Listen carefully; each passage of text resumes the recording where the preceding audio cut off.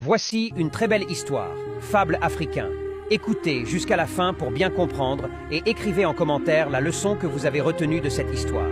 Et Janto dit à la princesse, « Sadio, mon amie et ma princesse, aussi capricieuse et désobéissante que tu sois, je te conseille qu'on s'en aille le plus vite possible.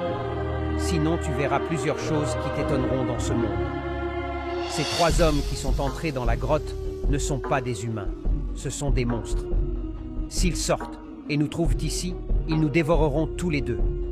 Donc, nous ferons mieux de nous en aller d'ici avant qu'ils ne sortent, car moi, je n'ai pas envie de les voir dans leur véritable apparence. Allez, enfuis-toi d'ici. Non, tu dis, je ne partirai pas d'ici sans voir ces monstres sous leur véritable apparence. Ne joue pas à la fille capricieuse, tu viens, viens.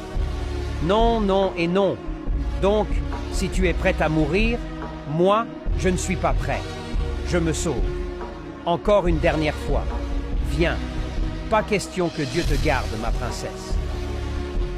Aussitôt qu'il fut parti, on entendit un bruit effroyable venant de la grotte. Les trois hommes s'étaient métamorphosés en affreux monstres. L'un d'eux s'était transformé en un tigre à deux têtes, un autre en un python à deux têtes, et le dernier, les enfants, le dernier en un scie à trois têtes. En voyant donc les trois hommes dans leur véritable apparence, la princesse Sadio s'enfuit en appelant au secours. « Janto, mon ami, s'il te plaît, reviens me chercher. Je promets de ne plus être curieuse et désobéissante. Toi, je t'en prie, reviens s'il te plaît. Tu ne peux pas savoir à quel point je suis contente de te retrouver. Mais s'il te plaît, va plus vite avant qu'on ne leur serve de repas. Je fais ce que je peux, princesse.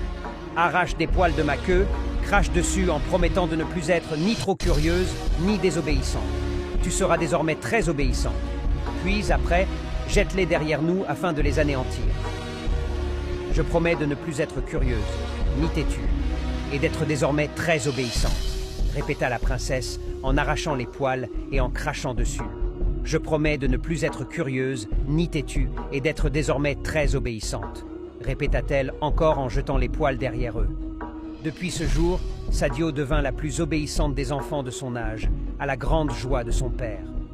J'ai toujours fait des bêtises et désobéi à ma mère.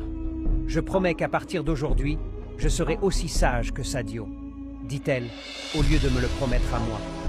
Va le dire à ta maman, cela lui fera plaisir maintenant. Alors abonne-toi pour plus d'histoires.